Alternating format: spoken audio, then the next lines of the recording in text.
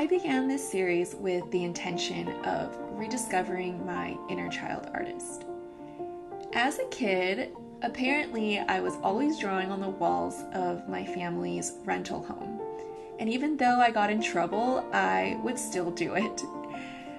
I am told that the walls in my sister's room were my canvas of choice, and it was so bad that they had to change the lock to keep me out. I was thinking about this story, and I wondered to myself where that little girl had gone. She was actually kind of rebellious, whereas I feel like in my adulthood, I am afraid of breaking rules and tend to be very compliant. I wanted to rediscover that little girl who looked at a blank piece of paper with glee, with excitement at the possibilities. That little girl who, if she had a spare moment, would spend it drawing.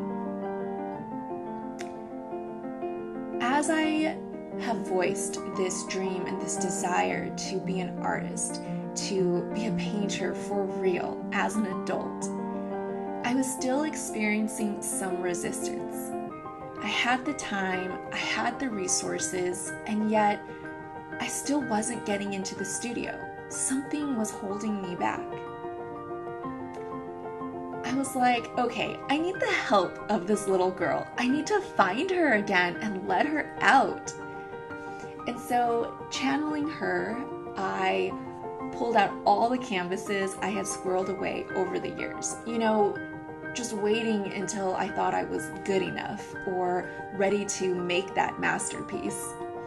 I pulled them out and I just went to town, putting aside any final result, any end product, and just started to doodle and see where the marks and the flow took me. I felt really affirmed in this process when I was talking with a friend of mine. She told me how her 3-year-old daughter, when she draws, she doesn't start with any specific idea in mind.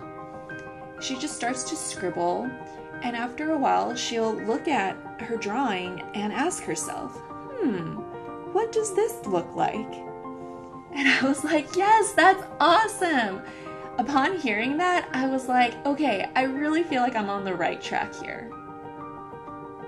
So yeah, these paintings in this series have just been developed step by step as I've tried to tap into that inner child artist, that little girl who just loved to create. I've titled this series the Naive series for 2 reasons. First is that naive art is an actual style of art that is recognized and is typically created by people who don't have classical training, which I relate to.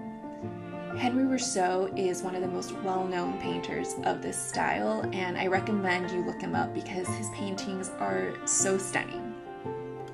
The second reason is, as I've shared, these paintings have been all about uncovering my inner child artist, and really about putting aside the definitions that I've picked up over the years of what it means to be good or beautiful or what is worth my time or what is productive, and instead remembering the joy of creating just to create, to enjoy the process.